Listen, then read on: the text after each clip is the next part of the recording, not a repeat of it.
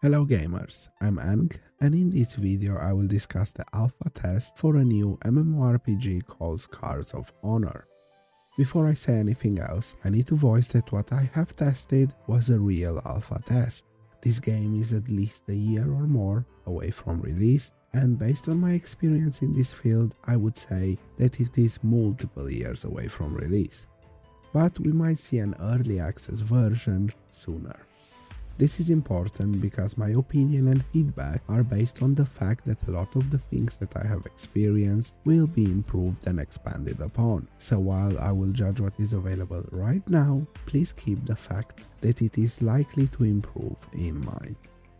Anyway, without further ado, let's start. Right from the get-go, characters are tied to servers, which is an ancient way of doing servers, what MMORPGs had at their inception in the 90s. Since then we had a lot of advancements in networking, and personally I would consider this a negative. Even newer survival games, which are basically the indie way of making an open world game, do not tie your character to servers, for example Enshrouded or Windrose. They could have used a lot of other networking solutions. The easiest one by far is to simply not have characters tied to the server, like BDO has, or mega servers like Elder Scrolls Online has, and there are plenty of other solutions. I think having one of the worst networking solutions in the genre, it is a negative, and it is a massive one. It always results in queues and poor performance whenever there is an influx of players. It also makes it inconvenient to play with your friends when you have to find a server that is free, so you don't have to wait at different times for massive queues, and then you have to worry about the server dying and being empty a few months down the line, which results in potentially having to pay for transfers, which not everyone wants to do, most people out of principle. It is a problem entirely created by poor decision making, and then they want to saddle the players with the cost of transfers. It creates way too much friction for the players, and there is absolutely no need for it. Some solutions are super complex, but others, like simply having characters that are not bound to certain servers, are not that hard to implement, and again, not doing so is a negative, especially since this test was considered a technical test. So I expected the technical elements at least to showcase the direction they are going to follow. If this is the direction they will be following, it shows a lack of technical abilities and forward thinking from the developers. Next, the character creator. It was super basic, true to the alpha nature of the test. However, it did have some nice details like the ability to edit 3 different parts of beards individually, which if they decide to follow for the other elements of the character creator, let's say hairstyle, body types and so on, it could be a new and improved way to create a simple character creator that allows for an in-depth customization without needing extreme levels of customization like Black Desert Online offers. Another very cool aspect of the character creator was that the developers plan to have a lot of variety in both races and classes. The developers plan to have at least 10 classes and more than 10 races at release, which is fantastic, especially since every new MMORPG features only one race and usually 5 classes. Beyond the character creator, we enter the world. There is a very short tutorial and a few quests, pretty standard. Sadly, nothing was voice acted, which is something that usually comes along further down in the development cycle, as well as some translation errors. What I did note is that some quests allowed you, the player, to answer in funny ways, like telling a commander that your mission is beyond his pay grade. But otherwise, neither good or bad, these are things that will come later. The visuals of the world, as you can see from the footage on the background, are sort of stylized, like World of Warcraft. They were alright, but I will have to add that the world needs more work, such as ground clutter and finer details for it to make sense in 2026 and beyond. If it comes out like it is now, it will not be good enough, and it screams of a lack of polish. Next, I want to touch on the controls and the combat. The game features old school controls, again, like World of Warcraft had back in 2004.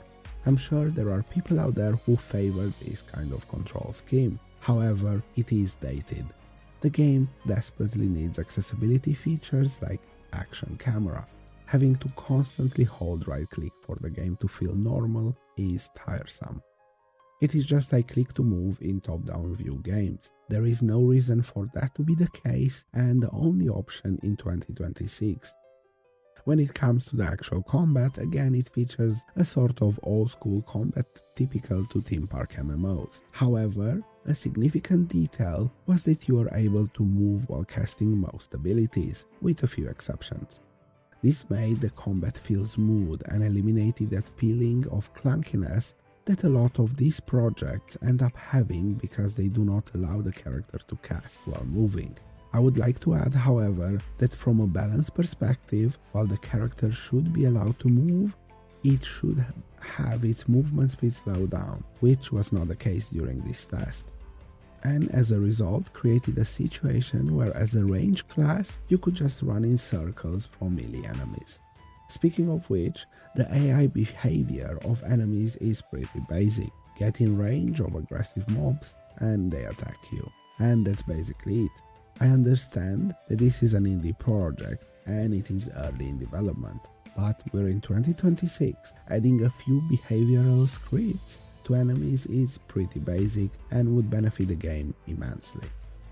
Since we're talking about combat, I will touch on the customization elements related to it, and they come in two forms. One is talents and scars. Talents basically is a system that looks very similar to the way you customize your characters in Path of Exiles, but simplified.